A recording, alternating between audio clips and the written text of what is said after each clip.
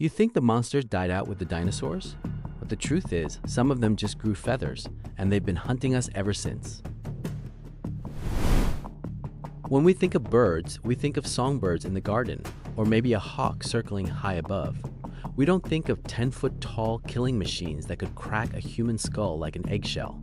Today, we're going back, way back, to a time when the sky wasn't a place of beauty, but a place of nightmares. These aren't your backyard pigeons. These are the titans that inherited the earth after the T-Rex fell. Pelagornis sandersi. At number 5, we have Pelagornis sandersi. Imagine a bird so large that its wingspan rivaled a small Cessna airplane. It didn't have teeth, not real ones. Instead, its beak was lined with bony, needle-like spikes. Bony pseudo-teeth designed for one thing: gripping slippery prey and never letting go. Imagine you're on a primitive coastline. The air is still. Suddenly, the sun disappears.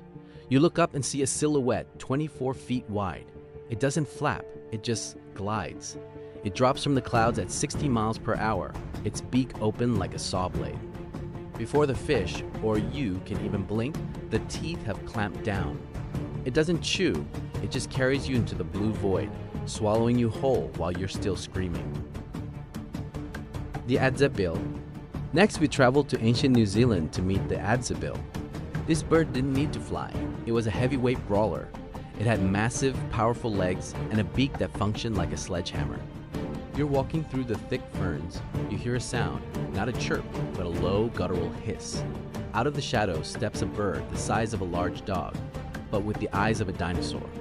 It doesn't run away. It lowers its head. It swings that axe-like beak with enough force to shatter bone.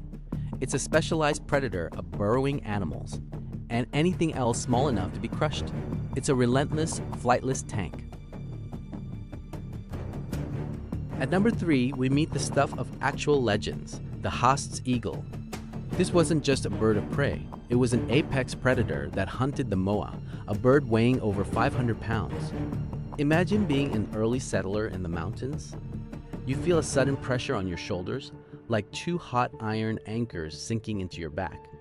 This eagle didn't just peck.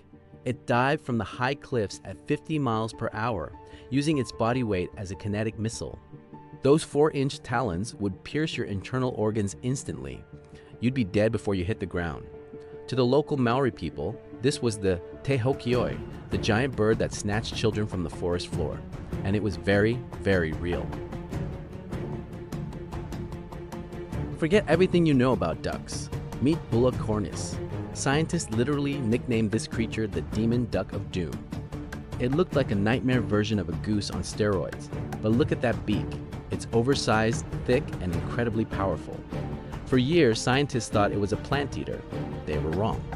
You see it across the clearing. It's tall, taller than a basketball hoop. It stares at you with cold, unblinking eyes. When it moves, the ground vibrates. It doesn't have the grace of an eagle. It has the raw, terrifying power of a butcher. With one snap of that massive beak, it could sever a limb. It's a 500-pound feathered monster that turned the Australian outback into a slaughterhouse. This is it, the undisputed king of prehistoric nightmares, the terror bird. This wasn't just a bird. It was the successor to the theropod dinosaurs. After the extinction of the giants, the terror bird stepped up to claim the throne of South America. It couldn't fly, but you couldn't outrun it. Close your eyes. Imagine running through a grassland. You're fast, but it's faster. You hear the snapping of the grass behind you.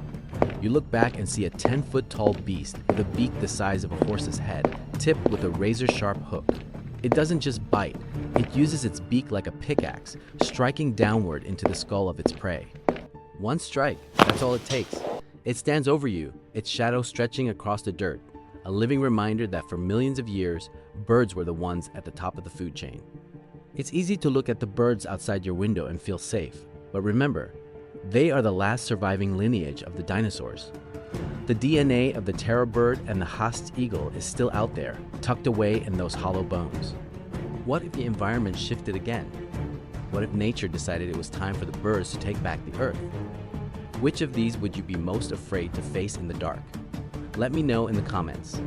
If you enjoyed this trip into the prehistoric shadows, hit the like button and subscribe. We're just scratching the surface of the mysteries hidden in the fossil record. Until next time, keep one eye on the sky.